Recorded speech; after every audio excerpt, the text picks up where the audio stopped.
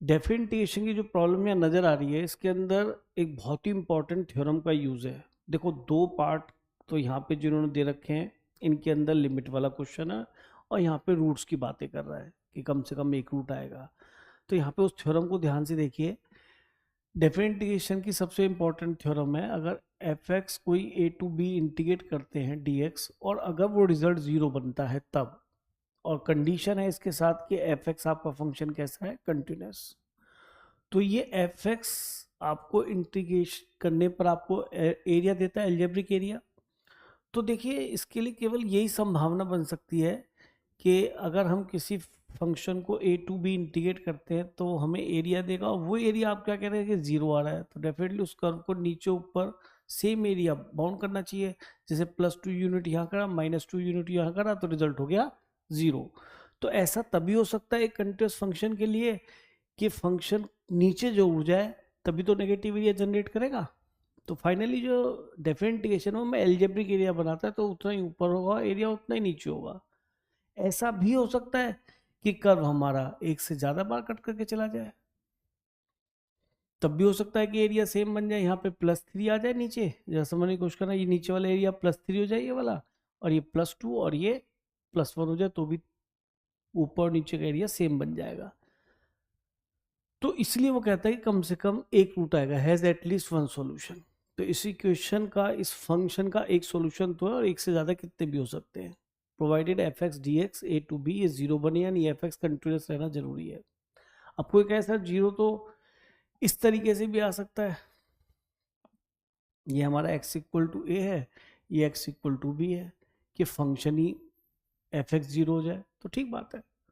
तो ये बात उसने मना कर दी, क्योंकि एफ जीरो तो वन दे दिया, यानी कि वन से तो स्टार्ट होगा। अगर ये जीरो है, ये x इक्वल टू जीरो है, और ये वन तक ही जा रहे हैं मान लीजिए, वैसे तो π/3 तक जाएंगे, π/3 तक जाएगी लिमिट, तो जीरो को उसने वन दे, तो कर तो ऊपर से नीचे या नीचे से ऊपर जाता ही रहेगा। जैसे अभी कांस्टेंट भी रहा तो एरिया जनरेट कर देगा, तो इसका मीनिंग कांस्टेंट तो है नहीं। तो यानी कि दो ही बातें थी, या तो कर्व ऊपर से नीचे आए, जरूर आना पड़ेगा, या नीचे से ऊपर जाए तभी रूट जनरेट होगा, या फिर तभी एरिया जीरो पॉसिबल है, या फिर हॉरिजॉन्टल लाइन बन जाए, वो भी ओरिजिन से मतलब एक्स एक्सिस पे ही कर्व बन जाए, यानी y इक्वल टू जीरो, यानी एफ एक्स जीरो बन जाए, तब ये जीरो बन सकता है।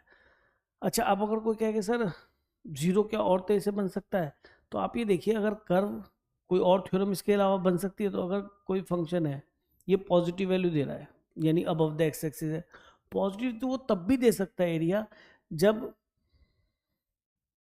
ये 3 यूनिट हो, यहाँ 1 यूनिट हो माइनस का, तो भी पॉजिटिव आ रहा है। तो पॉजिटिव होने के करस्पॉन्डिंग हम कभी नहीं बोल पाएंगे कि अगर इस किसी फंक्शन इंटीग्रेशन जीरो बनता है तो कम से कम एक रियल रूट जरूर आएगा, क्योंकि पॉजिटिव तो इसमें भी दिखाई दे रहा है और इसमें भी दिखाई दे रहा है।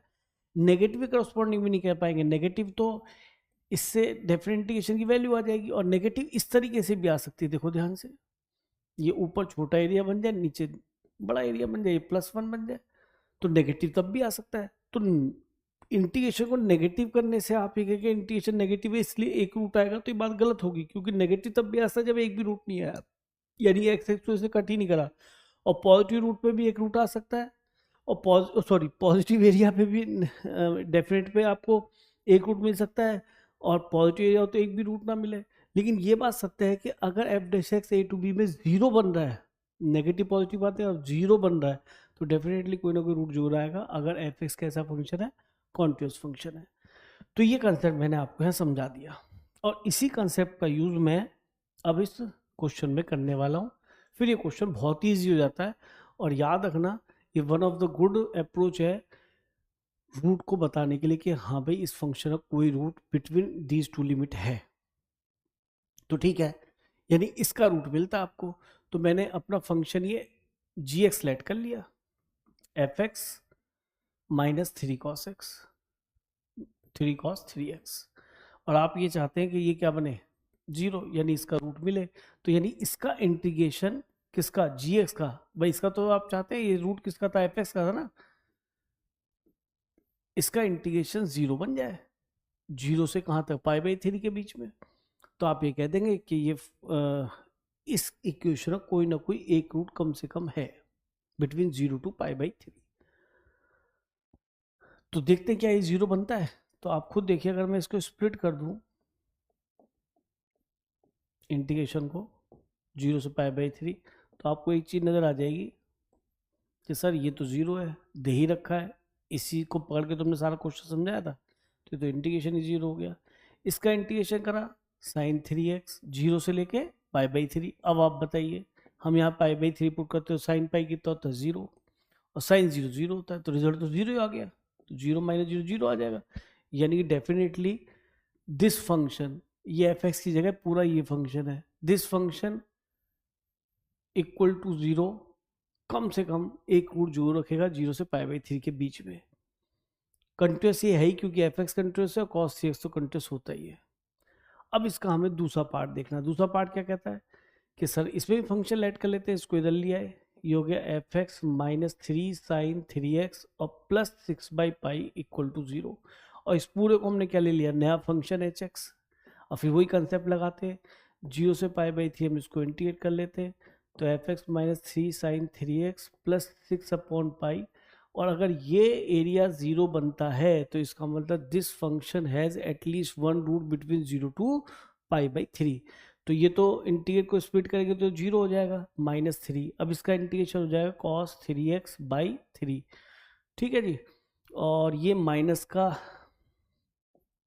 आएगा तो ये प्लस हो जाएगा, और 6/पाई, और ये x बच जाएगा। ये 3 से 3 कट गया, लिमिट लगा दीजिए 0 से पाई/3, लिमिट अप्लाई करिए, cos पाई हो जाता है -1, प्लस पाई/3 रखा तो ये हो गया पाई/3, पाई से पाई कट गया 2 हो गया, minus upper limit minus lower limit, 0 रखा तो cos 0 1, और 0 रखा तो ये 0, तो -1 -2 तो ये 0 आ गया। तो डेफिनेटली वही सेम कंसेप्ट के थ्रू आप कह सकते हैं, क्योंकि integration of this function between 0 to pi become 0 and the function whole this function is continuous in this interval, it means this function or hx you can say equal to 0 has at least one root between 0 to पाई/3। तो इसका meaning हमारा option B भी correct हो जाता है, ठीक है। अब हम यहाँ पे आते हैं लिमिट वाले पार्ट पे। चलिए तो अब लिमिट वाला पार्ट सोल्व करते हैं। Limit x tending to 0, x 0 to x और F T D T upon 1 minus E to the power X square is equal to -1 आता है नहीं आता है चेक करना है। अब देखिए लिमिट में तो आपको एक फॉर्मूला याद आ गया होगा, स्टैंडर्ड फॉर्म थी आपकी e to the power x -1 upon x, limit x tending to 0 पे क्या बनाता है, ये 1 बनाता है। और अगर x की जगह हम कोई और फंक्शन रख दें, से एफ एक्स या जी एक्स जो भी लिखना है, तो लिमिट एक्स टेंडिंग टू फिर 0 की जगह कुछ के भी हो, बट लिमिट पुट करने पर ये एफ एक्स किसको अप्रोच कर रहा हो, के पुट करने पर 0 के अप्रोच कर रहा हो, तो भी ये लिमिट 1 ही रहती है। तो सबसे पहले जब भी लिमिट का क्वेश्चन करना हो तो सबसे पहले लिमिट अप्लाई करो to check whether it is indeterminate form और नॉट। तो मैंने जैसे यहाँ एक्स को 0 की तरफ ले गया तो 1 - 1 0 की तरफ गया, और यहाँ 0 तो है ही है, और 0 टू 0 इंटीग्रेशन क्या होता है, 0 ही होता है। क्योंकि आप इतना समझते ही हैं कि अगर हम कभी इंटीग्रेट करेंगे किसी भी फंक्शन को x equal to a to b, तो ये आपको एल्जेब्रिक एरिया देगा। अब अगर मैं उठा के इस लाइन को यहीं पे ले आऊँ तो एरिया क्या बना, 0 बनेगा। तो इसका मीनिंग 0 टू 0 इंटीग्रेशन आपका 0 ही आना है, तो यानी कि 0/0 फॉर्म हो गई।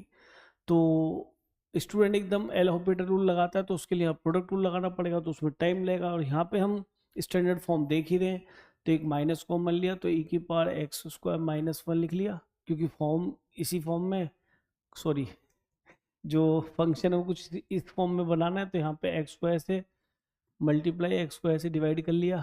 एक एक्स यहाँ पे था 0 to x F T D T, तो यहाँ से एक एक्स कैंसिल हो गया और ये हमारी स्टैंडर्ड फॉर्म बन गई। क्यों? क्योंकि एक्स को 0 की तरफ ले जाएंगे तो ये जो एफ एक्स का काम कर रहा है एक्स स्क्वायर, ये भी 0 को जा रहा है, यही शायद यहाँ पे कहा था, तो ये रिजल्ट 1 हो जाएगा।